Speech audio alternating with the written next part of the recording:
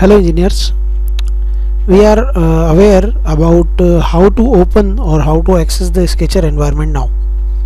We have seen that we don't have any separate Sketcher environment in the software. What we have is, when we go for start mechanical design Sketcher, then the software will give us a separate environment. It can be part design environment, surface design environment, or any other. In that there will be a toolbar named as a sketch tool, and the tool will be automatically activated. So in the software, yes, we have a separately defined environment available, but directly we cannot access it. If we want to access the Sketcher environment, then we will need to go through any of the environment only. Let us see how exactly we work in the sketches. So I will go for start mechanical design and Sketcher. Start mechanical design Sketcher. As soon as I'll click on it, it will give me the new part window which we had discussed previously. It will ask me the name of part. Right now my focus is on sketches only, so I will give it name as sketch 1 and I'll say OK by keeping all other things as disabled. Once it is opened, so you can see we have sketch 1 in the feature tree, and planes, axis system, part bodies are available as per the defined settings we had discussed previously. And as I had opened start mechanical design Sketcher, so this sketch option is already activated. I just have to select a plane, planar face, or a sketch to enter into Sketcher environment. I'll just click on any of the plane on which I want to work, and I'll be able to enter into the Sketcher environment. So let's select a plane. I had selected YZ plane. Now I am in the Sketcher environment. In the Sketcher environment, first thing first, please note down the toolbars which we have to focus on. Our focus will be on profile toolbar, operation toolbar, constraint toolbar, visualization toolbar, tools toolbar, sketch tools toolbar. There will be some work from view toolbar and exit workbench toolbar as well. We'll be using these toolbars for our work in the Sketcher. Let's see some of the options. First we'll see the options related to visualization. Visualization is simply what exactly we want to show and what exactly we don't want to show. Say first option, grid. I want to show the grids.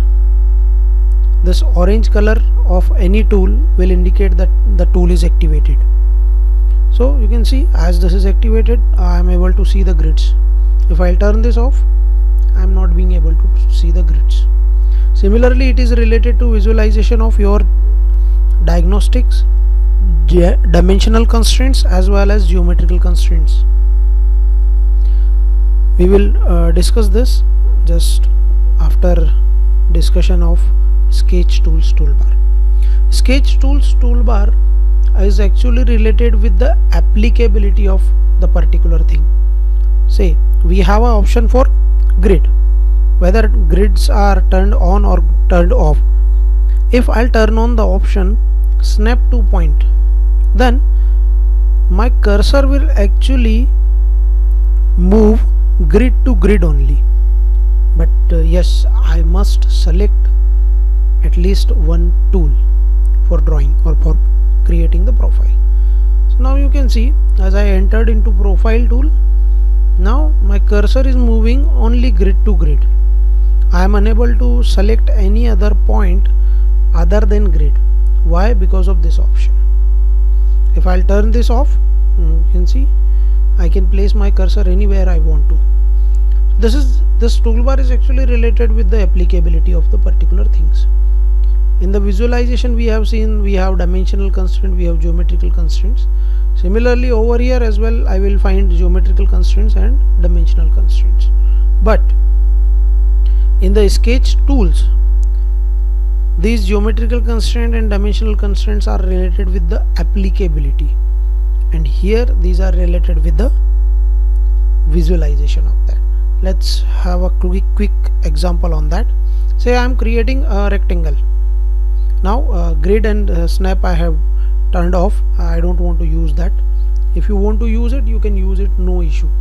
It will not affect anything on your sketches. It might create a bit of difficulty if you are not using if you don't want to use the grids. Other than that, there is no such issue.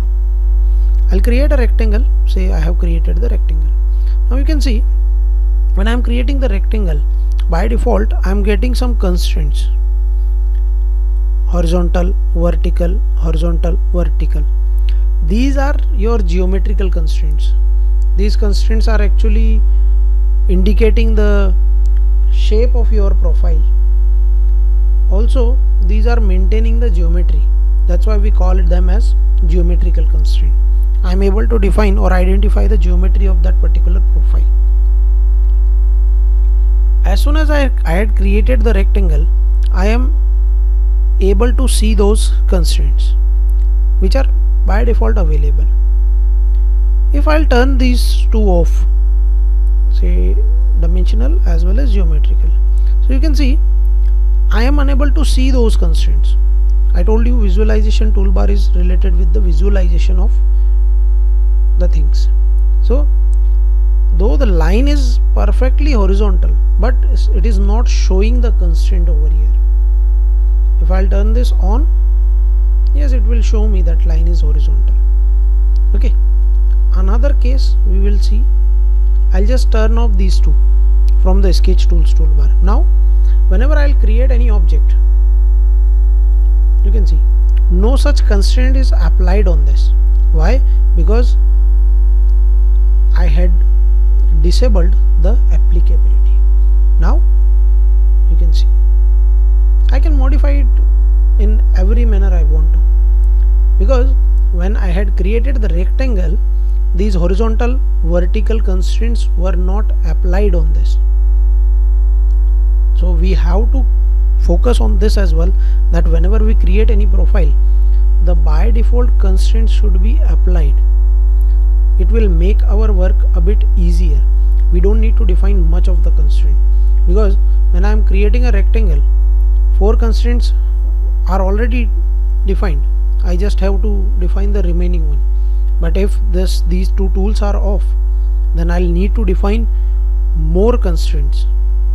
So it is better to keep these two on, and it is also better to keep these 3 on, because these are related with the visualization.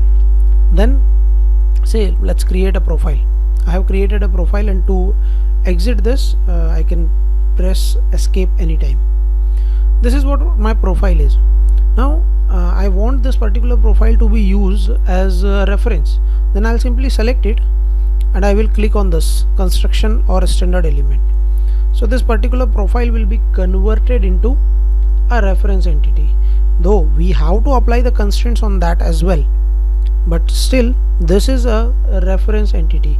Means when we will be using this particular sketch for being converted into 3D, so this particular portion will not be a part of it.